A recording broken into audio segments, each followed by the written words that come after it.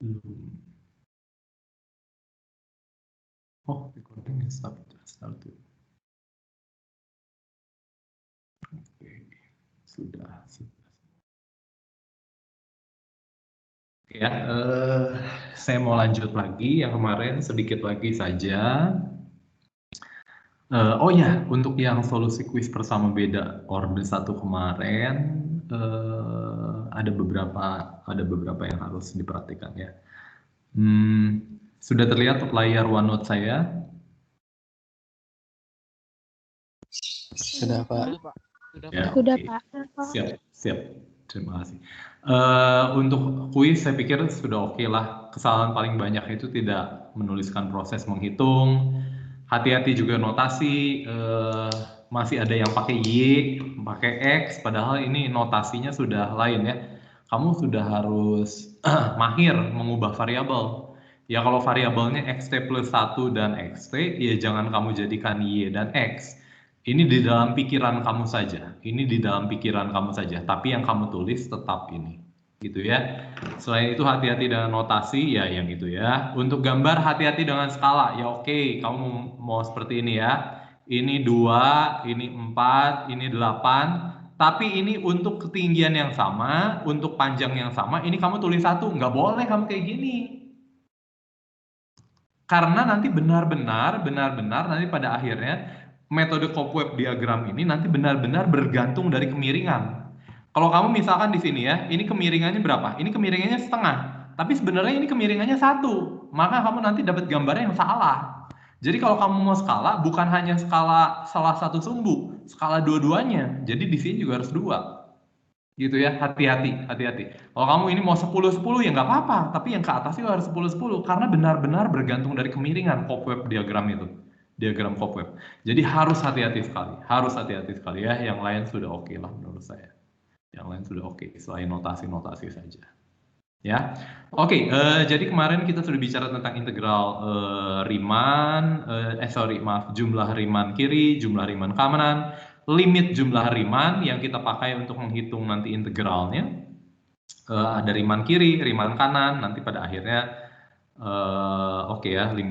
jumlah Riemann kiri, jumlah Riemann kanan, nanti menghitung integral itu jangan lupa menghitung luas bertanda. Oke ya. Nah, kita sekarang tiba pada yang kita namakan jumlah Riemann. Nah, jumlah Riemann ini jumlah Riemann umum, tidak seperti yang sebelumnya. Kalau jumlah Riemann khusus, apa bedanya dengan umum? Ketika saya bicara tentang khusus, AB itu, interval tutup AB itu saya bagi menjadi n buah subinterval yang sama panjang. Sekali lagi sama panjang. Tapi ketika saya bicara tentang jumlah Riemann, subinterval kecilnya tidak harus sama panjang. Oke ya, tidak harus sama panjang. Jadi secara umum jumlah Riemann itu tidak harus sama panjang. Jumlah Riemann kanan, jumlah Riemann kiri juga tidak harus sama panjang.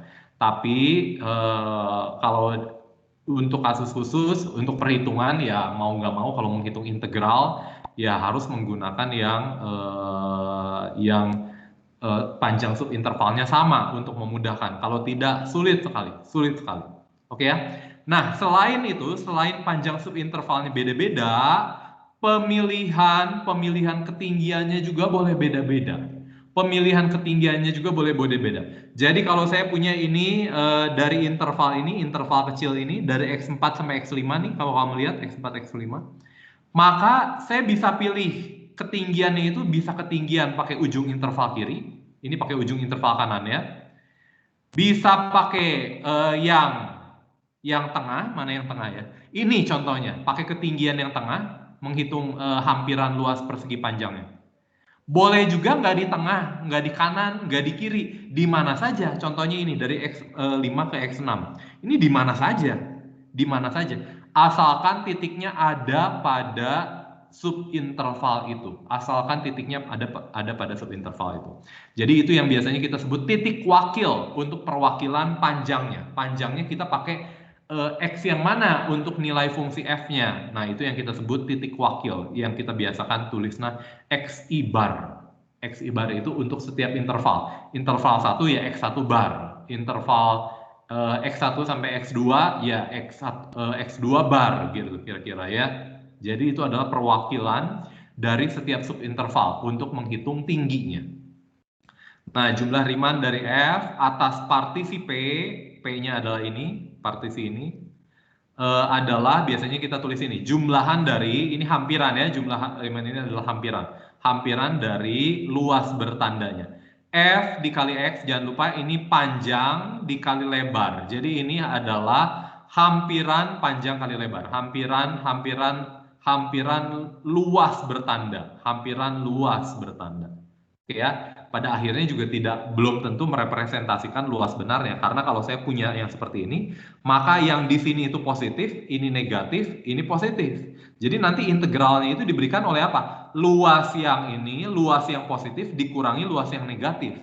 Jadi sebenarnya bukan luas secara letterlek juga ya gitu, kecuali dia selalu di atas sumbu X atau selalu di bawah sumbu X. Oke ya. Nah, nilai sebuah jumlah Riemann tidak tunggal. Ya, bergantung dari setiap subinterval kamu pilih yang mana wakilnya, dan lebar tiap interval, dan banyak interval. Jumlah Riemann dapat bernilai negatif karena nilai fungsi F dapat bernilai negatif. Oke.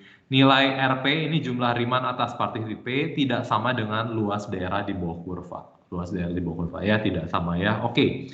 Misalkan F terdefinisi pada interval tutup AB dan P ini adalah partisinya, delta XI ini jangan lupa sekarang bukan delta X lagi, tapi pakai delta XI. Kenapa? Karena setiap subinterval XI-1 sampai XI yang kita sebut delta XI atau XI dikurang XI-1, itu deltanya itu tidak harus sama. Tidak harus sama. Secara umum limit jumlah Riemann itu ketika saya ngomong jumlah Riemann tidak harus sama. Lebar setiap subinterval tidak harus sama. Oke ya, XI-nya itu adalah wakil dari maka kita definisikan apa yang namanya norma partisi. Nah, ini sebenarnya teoretik banget ya. Sebenarnya kamu ya ingat satu kali saja, tidak usah benar-benar nanti ingat lagi lah. Karena ini nanti dibahas secara mendalam ini di kuliah lanjut kalau kamu tertarik di matematika di jurusan lain tidak diajarkan. Dengan norma partisinya itu adalah apa? Maksimum dari panjang interval. Maksimum dari panjang subinterval. Kamu lihat subinterval itu, kamu urutkan. Yang paling panjang yang mana? Yang paling panjang itu kita sebut norma partisi. Yang paling panjang itu kita sebut norma partisi. Norm dari partisi. Oke ya. Jadi pada akhirnya limit dari ini jumlahan luas dengan norma partisinya menuju 0. Artinya apa? Artinya kalau yang ini itu norma partisinya itu panjang dari mana ke mana? Itu adalah dari X3 ke X4 karena dia yang paling panjang. Kalau saya punya limit dari jumlahan ini dengan norma partisinya menuju 0. Apa artinya norma partisinya menuju 0? Artinya panjang subinterval yang paling panjang, ini yang paling panjang aja menuju 0. Apalagi yang kecil. Yang panjang aja menuju 0, yang kecil lebih lagi dong. Maka nilainya kita sebut integral tentu dari fungsi F pada AB. Ini yang oke ya. Tapi pada akhirnya untuk komputasinya kita hanya nggak ngelihat inilah, kita ngelihat limit jumlah Riemann yang kemarin saja. Limit jumlah Riemann kiri, limit jumlah Riemann kanan, limit jumlah Riemann tengah. Oke ya. Kecuali pertanyaannya tentukan jumlah Riemann, berarti nggak ada limitnya ya. Hanya menentukan jumlah Riemann. Nanti biasanya dikasih tahu, oh intervalnya dari sini sampai sini, intervalnya dari sini sampai sini, pilih wakilnya untuk setiap subinterval yang ini. Nah, tentukan jumlah Riemann-nya. Apa tentukan jumlah Riemann itu di sana berarti sebagai apa? Itu jumlah Riemann umum. Itu adalah apa? Itu hanya hampiran kasar, aproksimasi kasar dari luas bertandanya. Oke ya. Benarkah jika n menuju tak hingga, maka norma partisinya menuju 0? Tidak ya, contohnya adalah ini. Saya punya n-nya, saya jadi bagi interval ini dari x0 sampai xn ini menjadi n buah interval dengan n-nya banyak sekali menuju tak hingga. Tapi untuk x5, x6, x7 ini makin lama makin kecil. Apakah norma partisinya menuju 0? Tidak, karena norma partisinya adalah panjang dari x0 ke x. Ini seharusnya x1 ya, aduh ini salah. X0 ke x1 yang paling pertama itu norma partisinya karena adalah panjang subinterval yang paling panjang.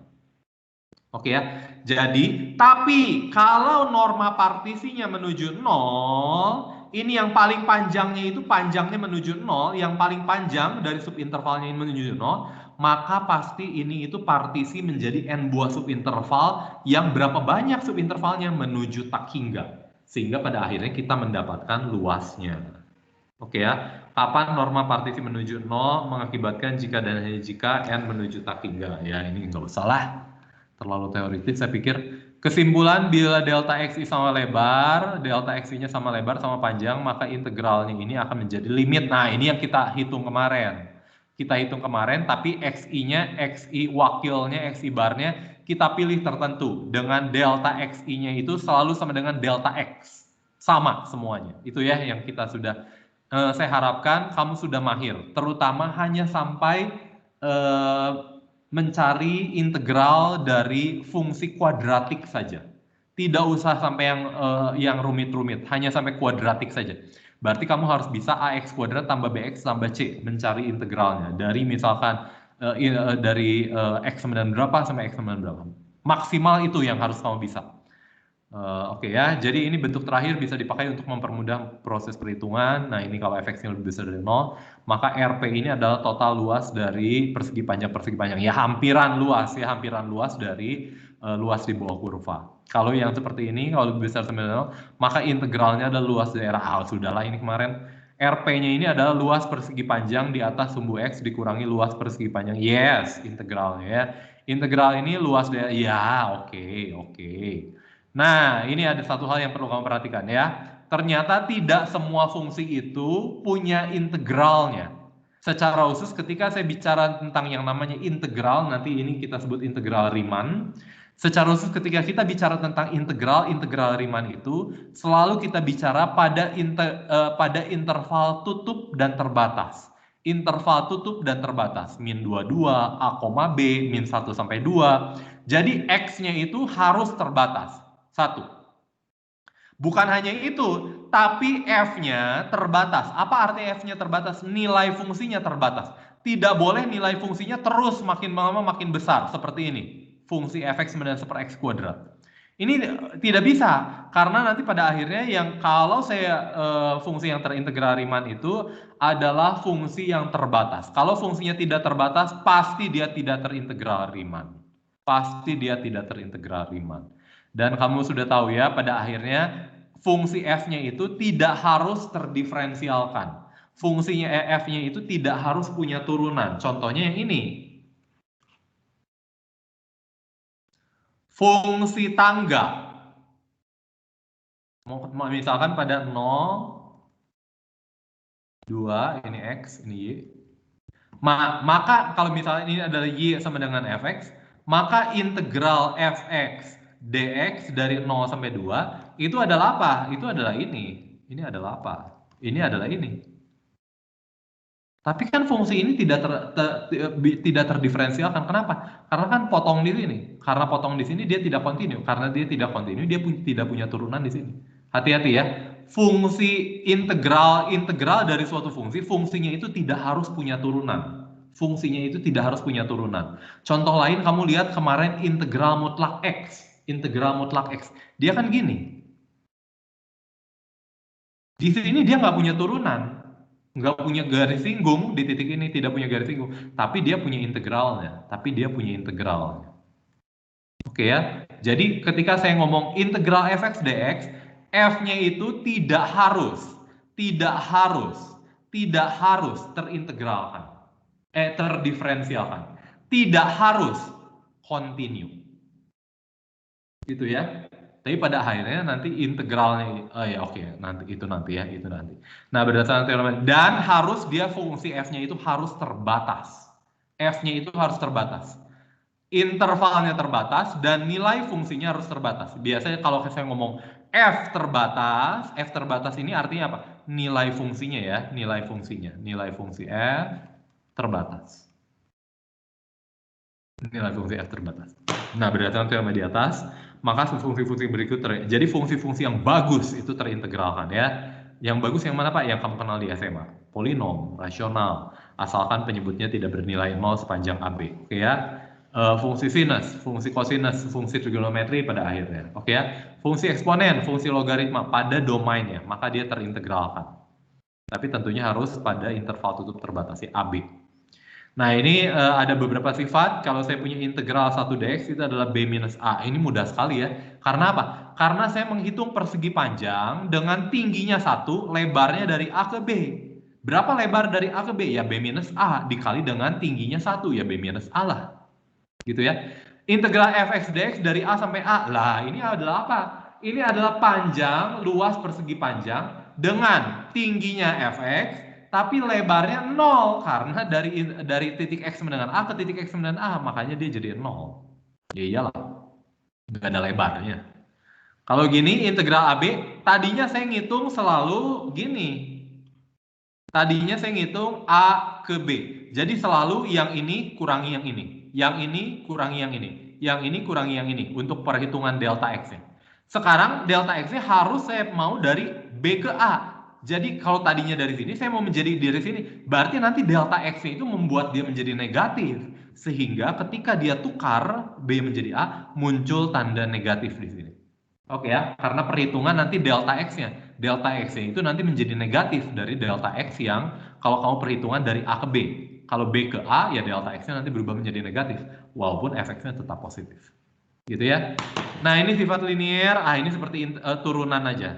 Kalau saya punya turunan dari 2 kali fx, itu sebenarnya 2 dikali turunannya, sama integral juga ya. Karena nanti pada akhirnya mencari integral itu menggunakan anti turunan, gitu ya. Turunan dari f tambah g itu sama dengan turunan f ditambah turunan g. Sama, integral f plus g itu sama dengan integral f tambah integral g. Tentunya dengan syarat integral f-nya ada dan integral g-nya ada. Seperti biasa ya. Integral fx min g, sama aja lah. Ini integral dari A ke B itu ada integral A ke B, integral A ke C. Ini gampang banget lah. Ini kan kalau saya punya ini dari A, ini B, maka kalau integral A ke B itu kan yang ini. Itu sama dengan apa? Integral dari A ke C yang ini ditambah dengan integral dari C ke B yang ini. Maaf. Yang ini. Gampang lah, gampang ya. Dan kalau saya punya F kurang dari G, maka integral F kurang dari integral G. Ya gampangnya kamu ambil ini aja, ambil fungsi yang positif supaya kamu punya gambaran. Ini F, H, B. Ini G. Ya, ini G. Nah, ya kalau nilai fungsinya selalu lebih rendah dari nilai G, maka integralnya juga iya dong. Integralnya juga iya dong. Itu ya, itu yang saya punyai. Kok gini?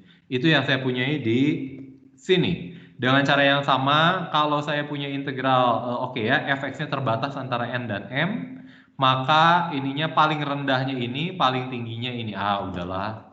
Itu ya. Jadi kalau kayak gini, kan saya mau menghitung luas yang ini kan, saya mau menghitung luas yang ini nih. Maka pasti luas itu kan terletak di antara apa? Terletak di antara ini nih minimumnya, M kecil ini. Nilai fungsinya dari M kecil sampai M besar. Maka luasan di bawah kurva biru itu sama dengan lebih besar dari luasan kurva merah. Itu adalah apa? N dikali B minus A. Gitu ya. Dan lebih kecil dari batas atas dari F. F-nya itu batas atasnya berarti di sini. M dikali B minus A luas ini. Ya, masuk akal lah. Jadi semua sifat integral ini masuk akal. Karena apa? Begitu saya bawa semuanya ke konsep awalnya, yaitu tentang luas. Ketika kamu bicaranya tentang anti turunan, ini nggak jelas.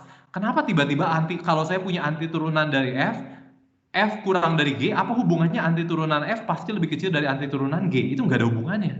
Nggak ngerti caranya gimana. Tapi begitu luas itu menjadi sangat-sangat gampang lihatnya ya. Dari pembahasan sebelumnya ada konsep integral tertentu. Oke ya. Nah, ini integral teorema dasar kalkulus 1. Sudahlah. Saya juga pikir kamu sudah ya. Ini mencari di ini. Ini gampang banget kan? Ini menjadi apa? Kan 2 kali integral min 1 2 x kuadrat minus 8 kali integral 1 min 1 2 dx gitu ya. Karena linier. 2-nya selalu bisa keluar, 8-nya keluar, sisanya tinggal 1. Yang diturunkan adalah X kuadrat tentunya adalah 1/3 X pangkat 3. Dievaluasi di min 1 dan 2. Ini dikurangi 8 dikali yang turunannya 1 adalah X. Anti turunan dari 1 udah dievaluasi di min 1 dan 2. Ini menjadi apa? Ini mudah ya. Ini menjadi 2/3 dikali dengan 2 pangkat 3 dikurangi. Jangan lupa min 1 pangkat 3 dikurangi 8 dikali 2 dikurangi min 1. Jangan lupa tanda kurung ya di min 1. Gitulah, gampang lah. Di SMA juga sudah sering. Oke ya. Perhatikan bahwa integral 1/3 FT hasilnya adalah sebuah bilangan. Hasilnya bilangan ya, karena dari bilangan ke bilangan. Bagaimana dengan 1 sampai X? Ini adalah fungsi. Ini adalah fungsi ya. Contohnya ini. Ilustrasinya 1 sampai X dari 3T kuadrat ini adalah apa? T pangkat 3, tapi dievaluasi di X minus 1, dia menjadi X pangkat 3 minus 1. Oke ya. Jadi kalau atasnya itu adalah variabel, maka nanti ini integralnya itu adalah dalam variabel batasnya. Dalam variabel batasnya. Maka kalau F-nya itu continue, maka turunan dari integral, jangan lupa sekarang integral AX FT dt ini adalah fungsi dalam X. Oke ya, fungsi dalam X. Fungsi dalam X adalah apa ya? Biasanya kita tulisnya dalam bentuk F besar X. Dengan F besar X-nya itu adalah Fx gitu ya. Turunan dari F besarnya itu adalah F gitu. Jadi kalau saya punya turunan dari F besar X ya adalah sama dengan Fx-nya sendiri. Ya, nggak aneh lah ini, nggak aneh. Ya, tapi yang luar biasa dari teorema dasar kalkulus 2 adalah apa? Ini sebenarnya yang biasa kita lakukan itu bukan integral AX FT dt. Yang biasa kita lakukan adalah ini integral Fx dx. Tapi ini sebenarnya sama. Ya oke, penulisannya beda ya, Ini juga nanti pada akhirnya ini yang kita sebut nanti titik dasarnya, base point-nya itu beda. Ini base point-nya A. Tapi ini secara esensi dia sama. Dia adalah sama. Karena kalau ini kan adalah apa? Ini adalah F besar X ditambah konstan kalau kamu masih ingat. Dengan F aksen X itu adalah turunannya itu. Makanya integral F ini adalah apa? Mencari anti turunan kalau kamu ingat ya. Jadi ini datangnya dari mana? Ini datangnya dari ini. Teorema dasar kalkulus 2. Apa artinya? Turunan dari integral sama dengan F. Sekali lagi ya. Turunan dari integral F itu sama dengan sesuatu. Oke ya. Maka untuk mencari integral F gimana caranya? Kalau turunan dari ini adalah ini, maka untuk mencari integral ini gimana caranya? Anti turunan dong, anti turunan dari kotak. Iya dong. Ya, sama seperti kalau kamu menyelesaikan ini nih. 2 kali X sama dengan 4. X-nya itu sama dengan apa? Ya masing-masing kamu kalikan dengan setengah kan? Setengah itu apa? Inverse dari 2. Inverse dari turunan, ya anti turunan, ya ini. Gitu ya. Jadi ini sebenarnya dengan adanya rumus ini, sekarang saya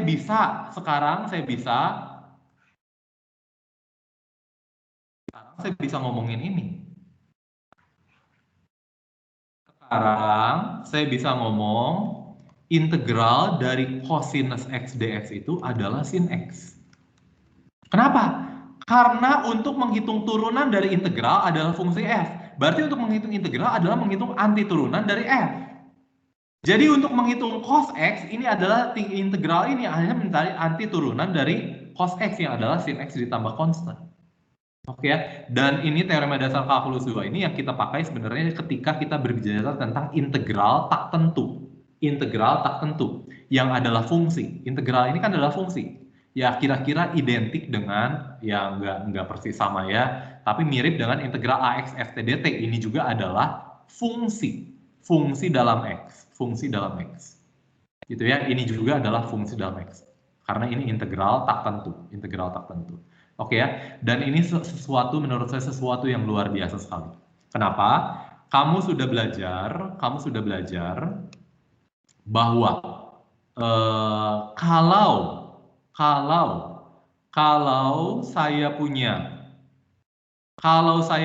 saya mau menghitung integral X pangkat 4 dx plus 1 gitu, dari A sampai B, untuk menghitung integral ini kamu harus mencari limit dari jumlah Riemann Gitu ya, ini yang khususnya aja ya, supaya saya nggak repot, saya ambil yang khususnya. Limit jumlah Riemann dari apa? Fx, ya ambil jumlah Riemann kanan deh, yang kanan. Fxi dikali delta x gitu ya, untuk I dari 1 sampai N. Dan di sini kamu dapat apa? Nanti keluar sigma I pangkat 4 kalau kamu coba. Keluar sigma I pangkat 4. Kau bayangkan kalau saya mencari integral x pangkat 10 tambah x pangkat 7 dx. Maka nanti keluar dalam jumlah Riemann-nya itu keluar sigma I pangkat 10. Tapi yang namanya fungsi sinus, kamu ingat fungsi sinus itu adalah fungsi transenden. Fungsi sinus itu adalah fungsi transenden. Dia tidak bisa dinyatakan sebagai polinom. Kalau dia mau dinyatakan sebagai pada akhirnya polinom, nggak bisa. Karena misalkan ini sin x ya. Sin x itu gini. Ya sebenarnya uraian Taylor ya.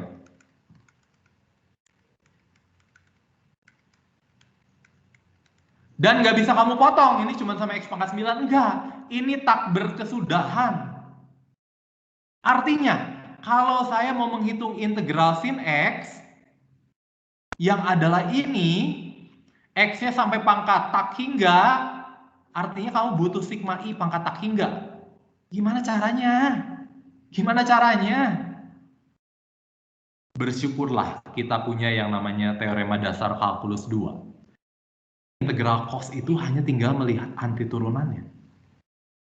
Sebelumnya itu kamu harus kerja keras mengeluarkan sigma I pangkat berapa. Dan ini sigma I pangkat N dengan N-nya menuju tak hingga.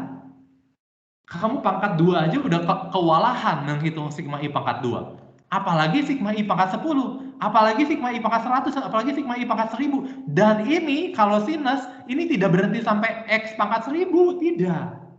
Terus tidak berkesudahan. Jadi betapa beruntungnya kamu berkat Newton dan Leibniz. Bahwa kamu bisa menghitung integral, mencari luasan di bawah kurva ini, ya luas bertanda, ini hanya dengan mencari antiturunannya. Betapa beruntungnya kita. Ya hasil yang sangat luar biasa menurut saya. Ya, nah ini ada contoh tentukan turunan dari fungsi ini. Jadi kalau saya punya, nah ini saya hapus dulu ya, majelas. Oke ya. Jadi kalau saya punya ddx dari ini adalah fx. Jadi saya punya tentukan turunan dari integral 1 sampai x. Ini a-nya itu boleh berapapun. A-nya ini boleh berapapun. A-nya ini boleh berapapun, angka berapapun. Asalkan f-nya harus kontinu pada AB-nya ya. Jangan sampai f-nya nanti nggak kontinu. Kalau nggak kontinu nanti nggak punya anti turunannya. Oke ya, walaupun integral dari f itu tidak harus, f-nya itu tidak harus continue. Tapi kalau kamu menggunakan formula ini, dia harus f-nya itu continue. Harus f-nya itu continue. Kalau kamu mau menggunakan teorema dasar kalkulus 2. Jadi saya punya integral 1x sin akar t dt, maka turunannya adalah apa? Ya sin, x-nya tinggal substitusi aja gitu. Jadi sin akar x selesai. Gampang ya. Kalau ini apa? Jadi kan ini sebenarnya apa? Integral itu mencari anti dari turunan, udah gitu diturunkan, ya balik lagi ke fungsi itu sendiri, kira-kira gitu ya. Balik lagi ke fungsi f-nya itu sendiri. Gitu ya, oke lah. Oke. Langsung. Oke. Nah, kalau ini gimana? Kalau integral 1x kuadrat sin akar t dt, maka turunannya itu adalah sin akar x kuadrat dikali 2x. Sin akar x kuadrat dikali 2x. Boleh ini menurut kamu kenapa keluar angka 2x ya? Kenapa keluar angka 2x? Ingat ya, turunannya terhadap x. Turunannya terhadap x. Menurut kamu kenapa keluar angka 2x? Kenapa nggak sin akar x kuadrat aja? Sebelumnya, kalau sin akar x kuadrat jadi apa? Pasti ada yang ngomong, sin x Pak. Bukan. Sin akar x kuadrat jadi apa?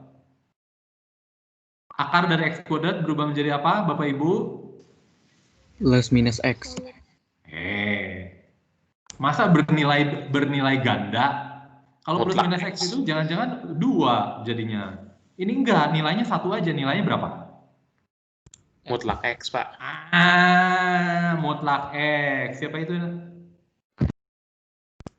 Kevin, Pak Kevin. Kevin. Ya, jadi mutlak X dikali dengan 2X. Jadi ini hasil terakhir. Pertanyaan saya, kenapa keluar 2X? Pertanyaan saya. Turunan terhadap X, Pak, aturan rantai. Bagus sekali, bagus sekali. Ini si Daniar. Hah? Oh, di sini Daniar. Oke. Jadi ini adalah apa?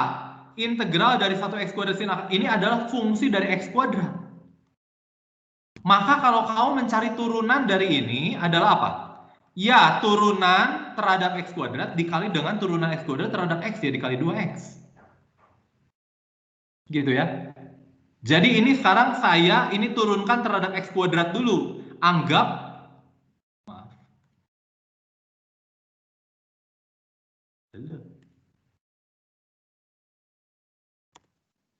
sekarang X kuadrat ini itu adalah Y.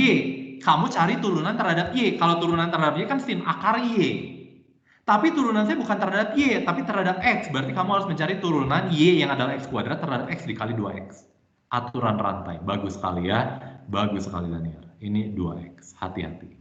Dengan cara yang sama, Pak, kalau tentukan turunan dari ini gimana? Gampang saja lah. Gampang saja. Coba, kalau menurut kamu, kenapa tiba-tiba bisa sama dengan ini ya? Kenapa sama dengan? Apakah ada langkah yang terlewat di sini?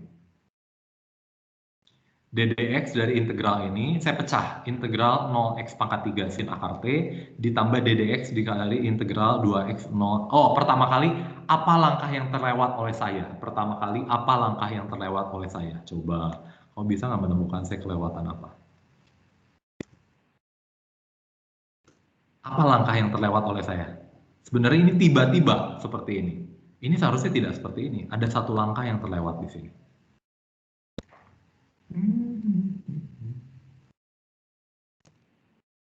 Apa yang terlewat? Wah, seharusnya ujian kayak gitu ya. Dikasih soal, langkah apa yang terlewat di soal ini? Ya, seharusnya gini dulu ya. ddx itu adalah apa? Ini ya, min 2x 0 sin akar T dt. Oh, ini nggak boleh sama ya. Sorry, sekali lagi, satu lagi, ini nggak boleh sama ya. Nggak boleh kamu tulis di sini X dengan X. Jadi aneh nanti soalnya. Jadi biasanya kita pakai variabel lain. Supaya tidak aneh.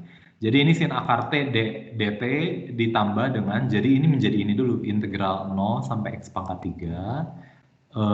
Ini sin akar T dt.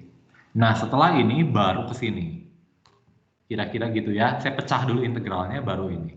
Oke ya. Nah, untuk menghitung ini mudah sekali. Untuk yang menghitung yang pertama ya, ini tentu adalah sin mutlak X dikali dengan, ini dikali dengan turunan dari X pangkat 3 terhadap X, yaitu adalah 3X kuadrat. Yang berikutnya adalah apa? Oh, yang ini itu saya harus tukar dulu.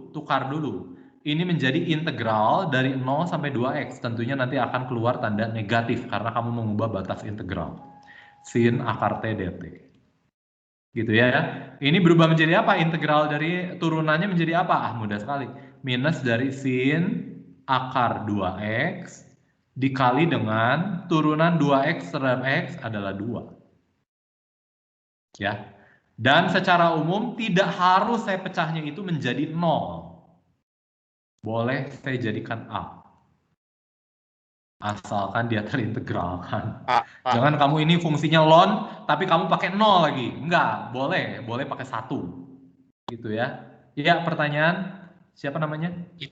Ya, Kevin, Pak. Mau tanya, Kevin, itu kan sin akar T. Terus kan T-nya itu nanti jadi X pangkat 3 ya. Oh iya. Harusnya Jadi seharusnya X akar X pangkat 3 gitu ya. Iya. Oke, seharusnya akar X pangkat 3. Terima kasih, Kevin. Terima kasih. Seharusnya akar X pangkat 3 atau X pangkat 3/2. Terima kasih, Kevin, untuk koreksinya. Yang lain, apakah ada yang mau ditanyakan? Ya, jadi teorema dasar kalkulus 1 ya cuma ngomongin itu. Kalau teorema dasar kalkulus 1 itu untuk integral tentu, menghitung luas bertanda, Hati-hati, oke ya, F kecilnya harus continue. Oke ya, kalau F kecilnya continue bisa seperti ini ya. Kalau F kecilnya nggak continue gimana Pak? Ya, F kecilnya nggak continue gimana? Kalau contohnya gini. Bisa nggak pakai ini?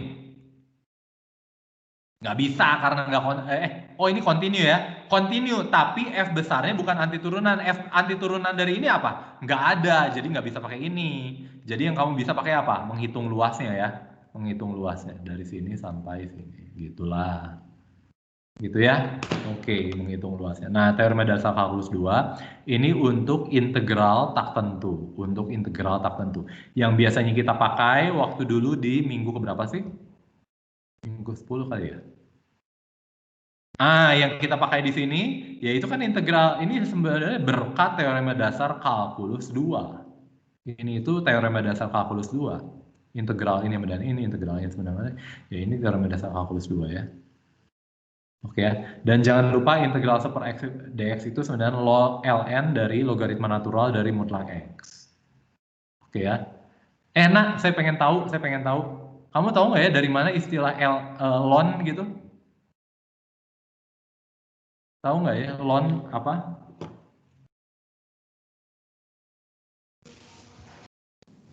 Kenapa ini ditulisnya ln? Kenapa dibacanya ln? Kamu tahu nggak? Logaritma natural. Bagus. Tapi di luar negeri itu kamu kalau ngomong ln diketawain.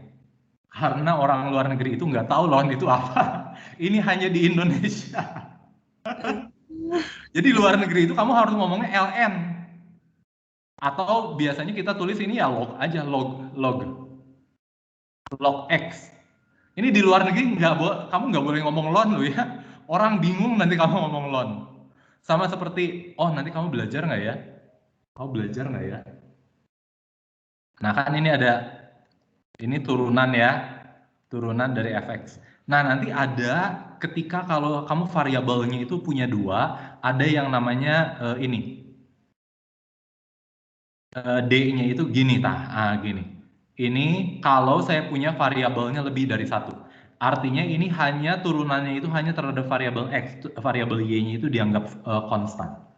Nah, ini istilah ini adalah do x namanya.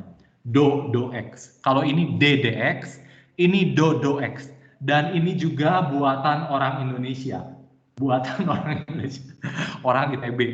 Kalau kamu nanti dengar di presentasi do x, nah itu hanya untuk orang Indonesia yang mengertinya.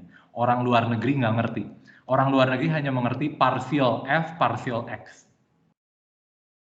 Ini juga differential f, differential x. Orang luar negeri hanya mengerti seperti itu. Atau derivative of f with respect to x. Gitu ya, orang luar negeri nggak ngerti loh. Jadi hati-hati ya. Ada kadang-kadang yang istilah itu hanya di Indonesia. Hati-hati ya, hati-hati. Oke. Nah, saya pikir jadi. Ya, pertanyaan? Boleh tolong diulang yang tadi, yang soal terakhir itu. Soal? Yang contoh 10. Contoh 10. Oke. Contoh 10. Contoh 10 gimana? Pertanyaannya apa? Kayak bingung gitu Pak, maksudnya turunan dari integral itu gimana? Oh gini aja, cuman ikutin rumusnya aja. Siapa ini namanya? Meta? Iya. Ikutin rumusnya aja, Meta. Kan ini ddx, ini itu integral ax, a-nya itu boleh berapapun, asalkan dia kontinu dan anggota AB, maka integral ax ft dt ini itu langsung tinggal substitusi fx saja. Jadi turunan dari integral, ya kan integral itu anti turunan dari turunan ya fungsi itu sendirilah. Kamu ngerti sampai sini, Meta? Iya, ngerti Pak. Ya, jadi ft dt dari a sampai x ini adalah fungsi dari x. Makanya begitu diturunkan terhadap x, dia menjadi fungsi dari x. Kalau ini angka dengan angka, turunannya itu menjadi 0 loh ya. Karena kalau misalnya seperti ini nih, integral 1/3 ft dt, ya ini kan cuma luas, pasti hasilnya adalah angka, bukan variabel. Tapi kalau atasnya itu atau bawahnya itu adalah variabel, maka ini adalah fungsi dari variabelnya, Dan saya bisa punya turunannya. Turunannya itu ternyata adalah turunan dari anti turunan ternyata adalah dirinya sendiri. Ya udah gitu aja. Jadi kalau saya punya ini aja yang contoh 9. Turunan ddx dari ini adalah apa? Jangan lupa kamu bisa anggap ini itu sebagai g dari x kuadrat. Jadi integralnya ini boleh kamu anggap mana sih? Pak izin tanya. Ini dia. Oh ini dia. Ya, ini itu nanti fungsinya itu fungsi dari x kuadrat. Kalau ini fungsi x doang, kalau ini x, jawabannya ya sin akar x karena tinggal masukin fungsi nih yang ini nih, berdasarkan teorema dasar kalkulus 2. Tapi kalau di atasnya itu bukan x, saya harus pakai aturan rantai. Karena ini fungsi dari x kuadrat, bukan fungsi dari x. Sementara yang saya punya di sini, ini harus fungsi dari x. Kalau fungsinya dari x kuadrat, harus pakai aturan rantai. Cari dulu turunannya terhadap x kuadrat, baru cari turunannya terhadap x. Ini kan hanya aturan rantai, meta. Hanya aturan rantai saja. Jadi, nanti saya punya apa? Oke.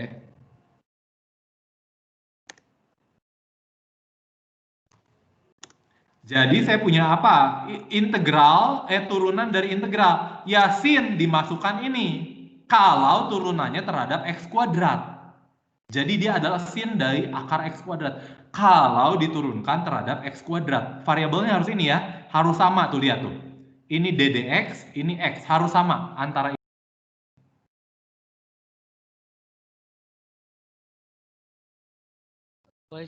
Harus sama. Perhatikan bahwa ini harus sama. Kalau dia sama, itu menjadi yang sama.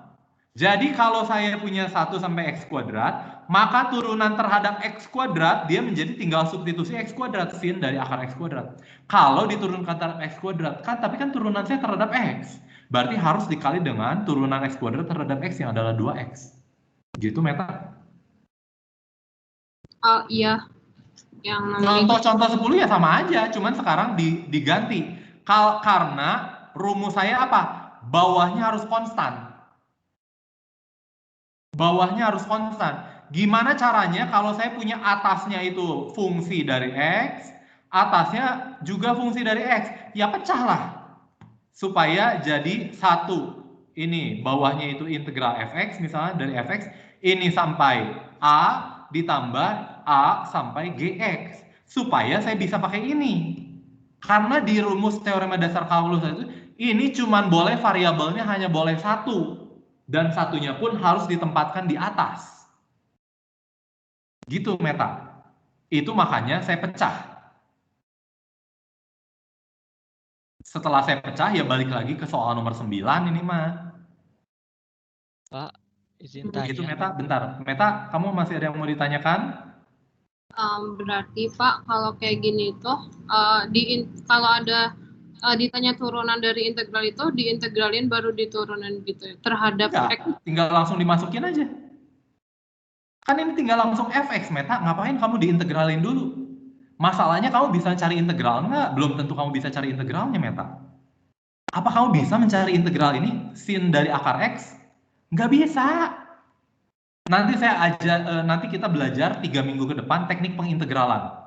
Dan di dalam teknik pengintegralan itu ada banyak fungsi yang tidak terintegralkan. Fungsi bukan tidak terintegralkan, tapi tidak bisa kita cari integralnya. Hanya kita bisa cari secara numerik, Meta. Apa kamu pikir bahwa kamu selalu bisa mencari integralnya? Tidak, Meta, tidak. Tapi kalau mencari turunan dari integralnya, ya mudah. Itu dijamin di teorema dasar kalkulus 2, Meta.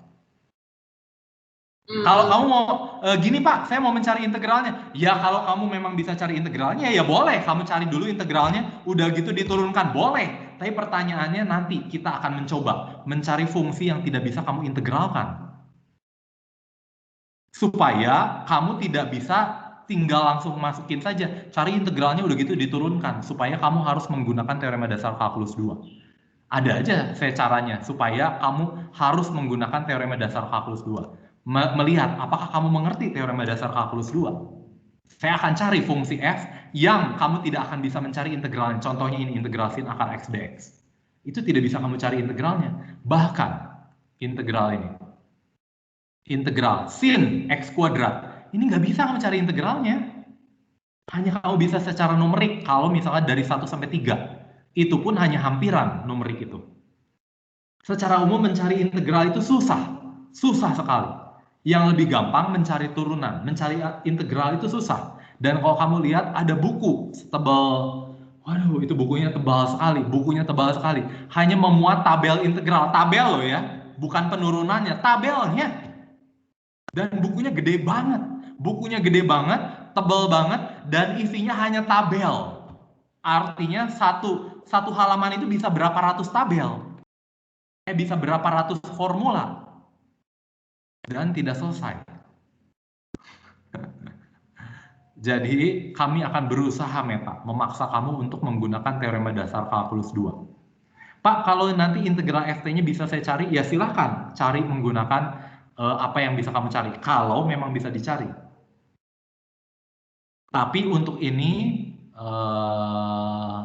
kami akan coba Meta, supaya kamu tidak bisa mengintegralkannya. Gitu Meta jawaban saya. Ya, Pak, mau memastikan berarti kalau yang teorema 1 itu buat cari integralnya, kalau teorema 2 itu buat cari turunan dari integralnya gitu. Yes, tapi jangan lupa kalau ini itu integral AX FT itu fungsi, kalau yang tadi ini angka. Jangan lupa ya Meta ya. Oh iya, oke, makasih banyak. Oke, terima kasih sama-sama. Yang lelaki mau ditanya apa? Izin tanya Pak, itu nomor. Suaranya kurang keras. Oke Pak, sudah Siapa yang terdengar namanya? Pak. Apin Pak. Iya Apin, pertanyaannya apa? Itu yang nomor 10, kenapa Pak integral yang bawahnya yang kedua itu 2x bukan min 2x ya Pak? Oh iya. Tapi Salah. kalau min 2x kan dia nggak bisa disubstitusi Pak, dia di bawah akar. Hah? Atau bisa Pak? Iya ya. Sin kan dia nggak ada di ini. Ini soalnya salah. Diganti aja ya pakai 2. Oh iya Pak. Salah. Iya ya. Terima kasih Apin. Terima kasih. Kalau negatif jadi nggak bisa ya. Bahkan X-nya harus positif di sini. Oke. Ini tentu mungkin harus ditambah ya untuk. Ini bikin soalnya kurang baik. Oke ya, terima kasih Apin untuk X yang lebih besar dari 0 ya. Ini juga sama untuk X yang lebih besar dari 0. Makanya ini 1X ya, 1X kuadrat. Oke ya, X-nya ini harus lebih besar dari 0. Terima kasih atas koreksinya Apin, terima kasih. Bapak Ibu ada lagi yang mau kamu tanyakan?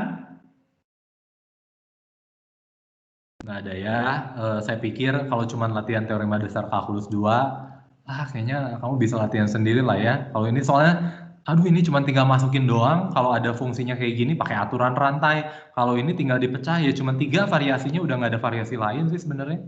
Paling cuma kamu lihat kayak seperti si Apin tadi masuk akal nggak, soalnya kok negatif, akar negatif kan nggak ada. Nah ini nggak masuk akal, gitu ya, yang seperti itu saja. Ya kecuali yang C ini untuk X-nya negatif, kalau X-nya negatif masih boleh ya. Ini X-nya negatif jadi positif, ini X negatif. Oh ini X-nya tetap jadi negatif, nggak boleh ya. Kecuali atasnya negatif X pangkat 3, baru bisa. X-nya kurang dari 0. Oke, hari ini juga tidak ada kuis lah. Karena saya pikir, cuma nanyain teorema dasar kalkulus 1, teorema dasar kalkulus 2, garing lah.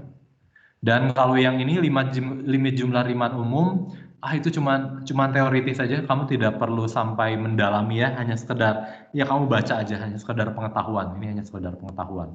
Karena nanti proses menghitung dengan limit jumlah Riemann umum tidak kita lakukan. Biasanya hanya jumlah Riemann-nya saja. Diketahui intervalnya 0, 1, 1, 3 misalkan gitu ya. Pilih wakilnya yang pertama 1/3, yang kedua pilihnya 1/4. Jadi jumlah Riemann-nya berapa? Paling juga kayak gitulah. Nggak akan pernah ditanya nanti menggunakan limit jumlah Riemann pakai norma partitif. Wah ini susah banget. Bahkan di kuliah matematika ini baru diajarkan di tingkat 3. Ya, tingkat 3. Kamu tingkat 1 aja belum lulus. Oke ya, ada yang mau kamu tanyakan?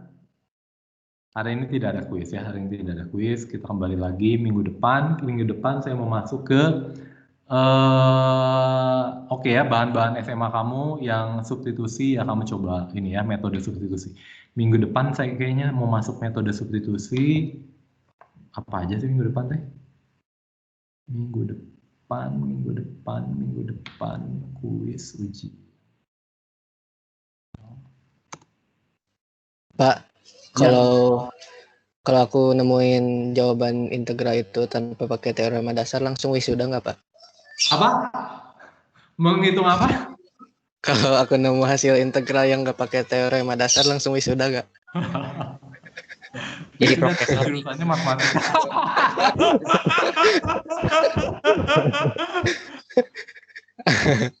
Boleh, mau nggak? Ya tapi kalau yang kayak gini mah ya iya bisa Kak. Sama si Meta tadi. Tuh Meta kalau yang gini kan bisa sama kamu.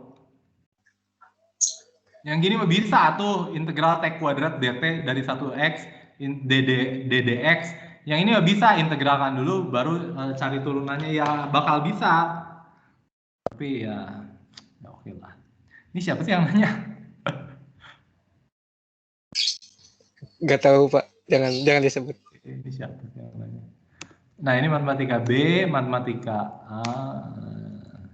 Saya belum pernah ngajar matematika A. Selalu ngajarnya itu matematika B. Kenapa ya? Jadi minggu depan saya mau masuk ke aturan substitusi dan integral parsial. Nah integral parsial ini ya kita mau masuk integral substitusi dan integral parsial ya. Kalau sempat masuk integral fungsi rasional. Perlu nggak ya? Ya, saya nanti saya kasih pengumuman lah hari Jumat atau Sabtu ya. Saya pengen nanti minggu-minggu akhir jadi tinggal latihan saja supaya kamunya punya persiapan lebih banyak ya, waktu lebih banyak. Karena integral ini kan sebenarnya sudah materi SMA ya, cuman cara menulis saja yang rada riskan. Biasanya di SMA cara menulisnya sembarangan sekali dan banyak yang salah. Hanya itu saja. Tapi secara umum saya yakin kamu mengerti apa yang menghitung integral parsial, menghitung integral ini substitusi, trigonometri apa segala. Sebenarnya kamu sudah bisa lah. Ya. Oke, kalau tidak ada pertanyaan kita selesai sampai di sini. Kita ketemu lagi minggu depan. Terima kasih. Terima kasih, Pak. Terima kasih, Pak. Ya, sama-sama. Terima kasih. Terima kasih, Pak. Terima kasih, Pak. Terima kasih, Pak. Terima kasih, Pak.